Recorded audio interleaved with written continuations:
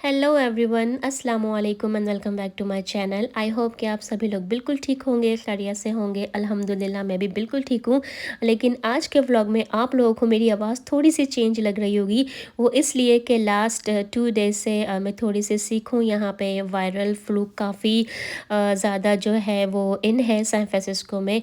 I mean cold की वजह से बहुत सारे लोग बीमार हो रहे हैं, बहुत सारे लोगों को कोविड भी हो रहा है। तो मैंने भी सबसे पहले अपना कोविड का टेस्ट पहले किया और अल्हम्दुलिल्लाह मुझे कोविड नहीं है और बस रेगुलर वायरल इन्फेक्शन है।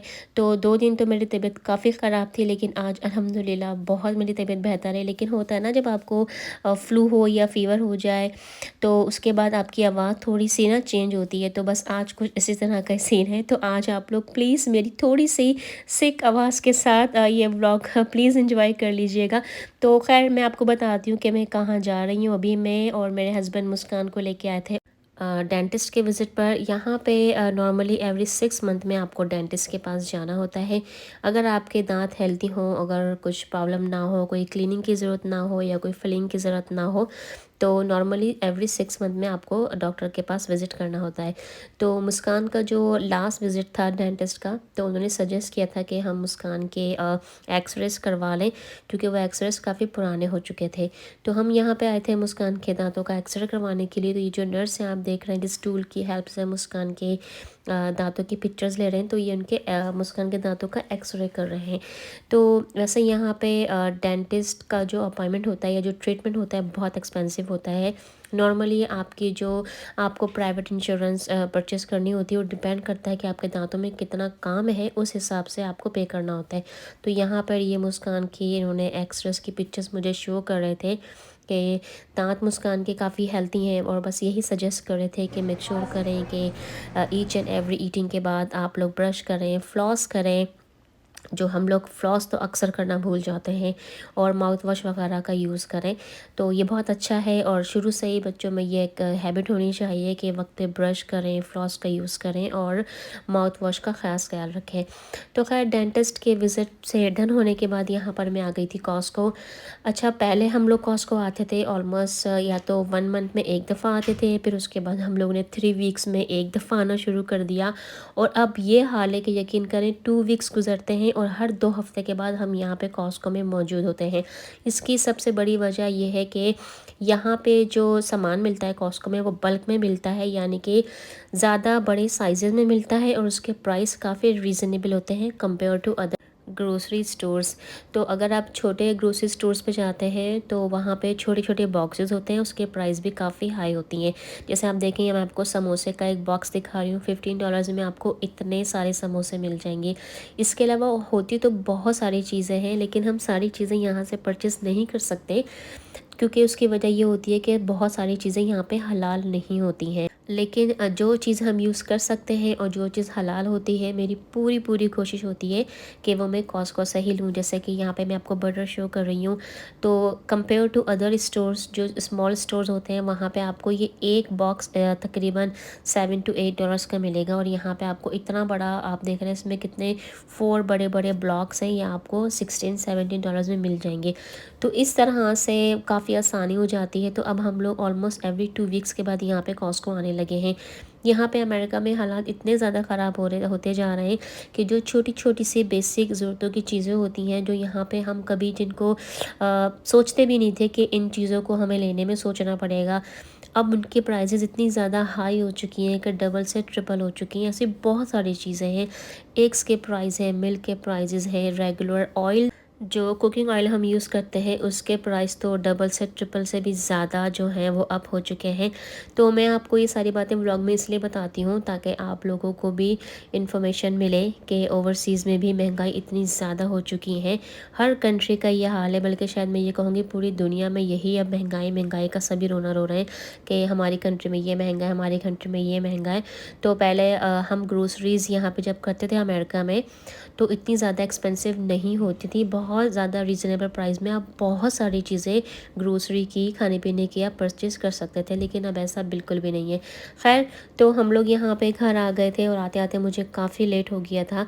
तो अब मैं आपको दिखाती हूँ कि जो मेरी वीकली ग्रोसरी आप इसे कह लें कि वीकली ग्रोसरी में मैं क्या चीज़ें जो हैं वो कॉस्टको से परचेज़ करती हूँ, जिसमें मैं थोड़ी बहुत सेविंग कर लेती हूँ। तो मैंने इस दफ़ा जो एक नई चीज़ ली थी वो थी ये गन्ने का जूस।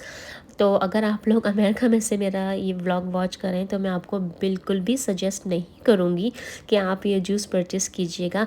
मैं इतनी ज़्यादा एक्साइटेड थी, मेरे हस्बैंड और दोनों बच्चे भी हमारे साथ थे, तो वो इतना एक्साइटेड हो रहे थे कि हमने कभी इससे पहले गन्ने का जूस ट्राई नहीं किया और हम लोग ज़रूर ट्राई करेंगे।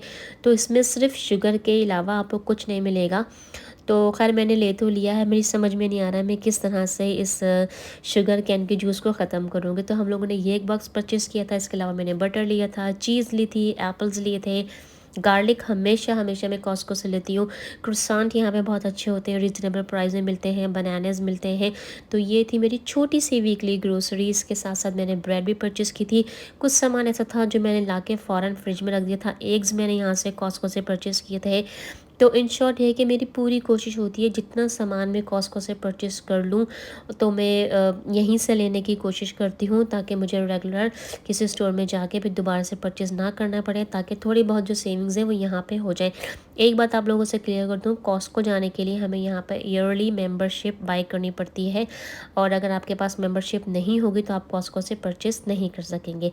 तो जनाब, रात को तो मैं बहुत ज़्यादा थक गई थी। अब नेक्स्ट मॉर्निंग है ये मेरे पास, और यहाँ पर मैं आज बना रही थी पाए, गोट पाए बना रही हूँ। तो सबसे पहले तो मैंने बकरे के पाए को अच्छी तरह से मैंने वॉश करके उसमें थोड़ी सी हल्दी और नमक डाल के और खड़े गरम मसाला डाल के मैंने उसको गलने के लिए चढ़ा दिया था। उसके बाद यहाँ पे अब मैं बता रही हूँ आपको कि मसाला कैसे भूनना है। सिंपली ऑयल लेंगे और जो अनियंस होती हैं, कच्ची अनियंस, एक बड़े साइज़ का आप प्याज ले लें, उसको ग्राइंडर में डाल के अच्छी तरह से उसका पेस्ट बना लें। तो पहले आप ऑयल लीजिए और ऑयल में आप वो प्याज डालें, उसको आपको अच्छी तरह से भूनना है। अच्छा, जब आप प्याज को भूनेंगे ना तो वो बहुत ज़्यादा ना उड़ती बहुत है, क्योंकि ज़ाहिर है हमें ऑयल में प्याज को अच्छी तरह से भूनना होता है। तो मैं आपको ये सजेस्ट करूँगी कि आप मेरी तरह से अपने पॉट को ना कवर कर दीजिएगा, और फिर कवर करके आप हर थोड़ी थोड़ी देर के बाद उसका कवर हटा के आप उसको भूनते रहिएगा, चमचा चलाते रहिएगा। और फिर थोड़ी थोड़ी टाइम के बाद हमें उसमें थोड़ा थोड़ा सा पानी डालना है, अराउंड 2 टेबल स्पून के करीब आप पानी डालें। फिर आप अच्छी तरह से प्याज को भूनें। ये पाए पकाने का ट्रेडिशनल तरीका है, जिससे आपके पाए बहुत मज़े के बनेंगे। बहुत सिंपल रेसिपी है, लेकिन अगर आप ये बनाएंगे ना आपको ज़रूर बहुत ज़्यादा मज़े के लगेंगे।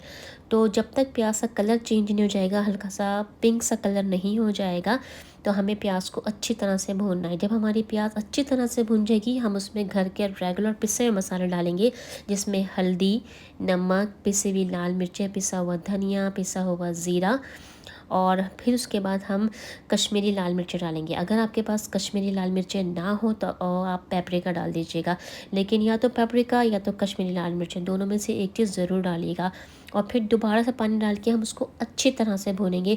तब तक भूनेंगे जब तक जो हमारी प्याज है और जो सारे मसाले हैं उसमें ऑयल नज़र ना आने लगे। अच्छा, शायद मैं आप लोगों को मेंशन करना भूल गई, जब प्याज मैंने डाली थी उसके साथ मैंने जिंजर गार्लिक पेस्ट भी डाला था। तो जिंजर गार्लिक पेस्ट भी हम डालेंगे प्याज डालने के बाद, लेकिन इन सारे मसालों को हम अच्छी तरह से भूनेंगे। जब हमारा ऑयल सेपरेट हो जाएगा तो हम इसमें डालेंगे योगर्ट। दही डालने के बाद भी हम अच्छी तरह से इसको भूनेंगे, और जो हमने यखनी बना के रखी थी बकरे के पाए की, उसमें से जो बोन्स थी और जो भी आपके पाए होंगे ना, आप उनको इसमें निकालेंगे, आई मीन के मसाले में डालेंगे, और फिर मसाले के साथ इन बोन को हम अच्छी तरह से भूनेंगे। अच्छी तरह से भूनने के बाद जो हमारी यखनी रह गई थी, हम यखनी को स्ट्रेन करके छान के इस पाए के शोरबे में डालेंगे। फिर आपकी अपनी चॉइस है कि आपको कितना गाढ़ा शोरबा रखना है, कितना पतला शोरबा रखना है। बहुत सारे लोगों को पाए का जो शोरबा होता है वो बहुत ज़्यादा पतला पसंद है, बहुत सारे लोगों को इतना ज़्यादा पतला अच्छा नहीं लगता। लेकिन मैं यहाँ पे नॉर्मल सा शोरबा रखूँगी, ना बहुत ज़्यादा पतला और ना ही बहुत ज़्यादा गाढ़ा। उसके बाद यहाँ पे मैंने हरी मिर्चें थोड़ी सी चॉप करके रखी हैं, हरा धनिया रखा है, तो 1-2 स्लाइसेस ना हरी मिर्चों के मैं इसमें डाल दूँगी। और मैंने यहाँ पे ना थोड़ी सी मोटी वाली हरी मिर्चें ली हैं और दम पे मैं डालूँगी पिसा हुआ गरम मसाला। ये गरम मसाला मैं घर में बनाती हूँ, इंशाल्लाह आप लोगों के साथ इस गरम मसाले की भी रेसिपी मैं ज़रूर शेयर करूँगी।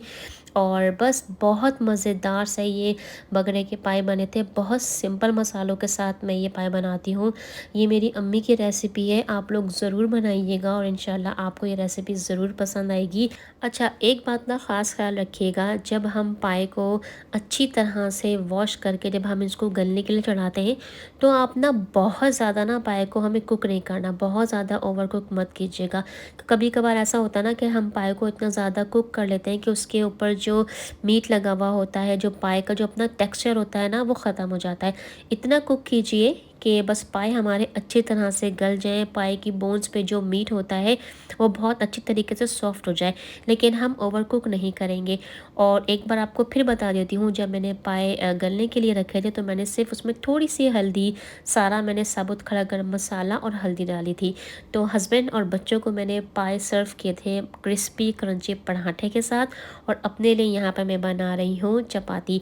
तो गाइज़, ये था मेरा आज का व्लॉग। उम्मीद करती हूँ कि आपको व्लॉग पसंद आया होगा, और एक बार फिर से बहुत ज़्यादा माज़रत चाहती हूँ कि आपको मेरी थोड़ी सी डिस्टर्ब वॉइस के साथ आपको मेरा ये व्लॉग सुनना पड़ा। और वीडियो अच्छी लगी हो तो वीडियो को लाइक ज़रूर करें, चैनल पर नए हैं तो चैनल को सब्सक्राइब ज़रूर कीजिएगा।